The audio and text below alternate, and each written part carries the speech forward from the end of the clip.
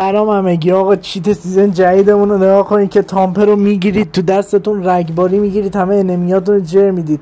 فقط کافی یه اسلاید بزنید ایمو بگیرید، جای نمی مشخص میشه. یه اسلاید 300-400 متری میزنید، پیداش میکنید و کیل به همین راحتی.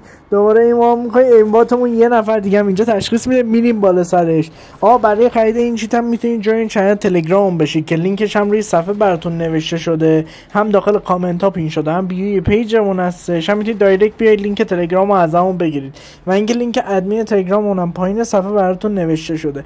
فقط شما دقت کنید، یه اسلاید میذارید، جای همه رو مشخص میکنید. اینو نگاه، ریوایوی بنده خدا اومده پایین، یکم میگیریم سش.